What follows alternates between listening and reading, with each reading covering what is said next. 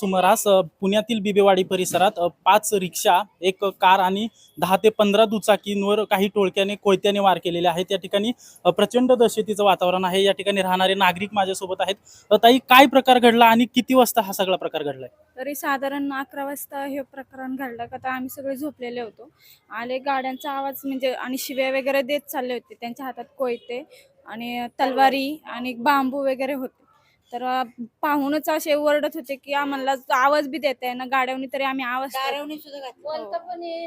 अशी शिव्या वगैरे मोठे मोठ्याने देत होते ना। आणि गाड्या फोडत आले तर तेवढ्या आमच्या तिकडे चाळत आल्यानंतर निरीक्षण मारले, आम्ही आवाज दिला तशी पळत सुटले ते, थांबलेच नाही। काय काय म्हणता आजी तुम्ही?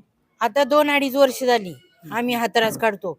कुणा त्यांच्या तिथला वाढदिवस असू, कुणाचा बी असू द्या, फटांगडा इथे येऊन वाजवतात।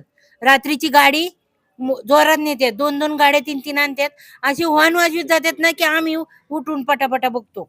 2 वर्ष झालं त्रास आहे। 15 दिवसाला आहे, 15 दिवसाला शिव्या गाळ्या भरपूर देऊन जातात। तुम्ही बघितलं का रात्री हे सगळं फोडताना? आम्ही बघितलं ना, किती पोरं होती? पण बारकी 10च्या वरती होती पोरं। आता एवढ्या गडबडीत काही मोजाय मिळालं नाही। काचेवर तलवारी वगैरे खूप दारावणी सुद्धा बांबू घातले। पोरं नेमकी नव्हती त्या दिवशी, त्यावेळेस काल रात्री सगळे भरपूर जण होते। खूप गाड्या आमच्या तर किती तलवारी पार एवढ्या कोयते एवढे मोठे मोठे, शिवीगाळी भरपूर करत होते। पण आणि दर महिन्याला हा त्रास आहे या गोष्टीला 10-15 दिवस झाले की त्यांचं टोळी येते, शिवाय देऊन जाते। कुठले काय ओळखीचे आहेत का पोरं तुमच्याकडे? इथं खाली राहतात, वट्ट्यावर राहतात काही। कुठली तुम्हाला काय ओळखीची पोरं आहेत का? आम्ही ओळखत नाही, पण इथं खालच्या साईडला दुर्गा माता गार्डन आहे, तिथं बसलेले राहतात सगळे ते।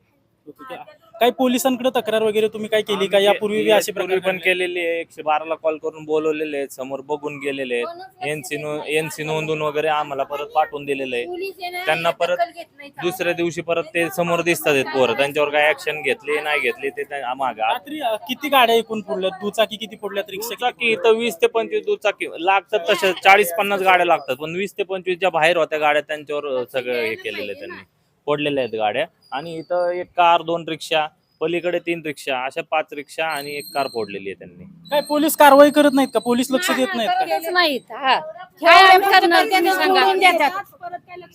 फोटो बिटो काढून जातात। हे आमची पोरगी राज्यातून बाहेर निघाला, आता बाहेर आली, अशी टणटण उडत होती। आम्ही तरी काय करणार? किती वेळा सांगणार तुम्हाला?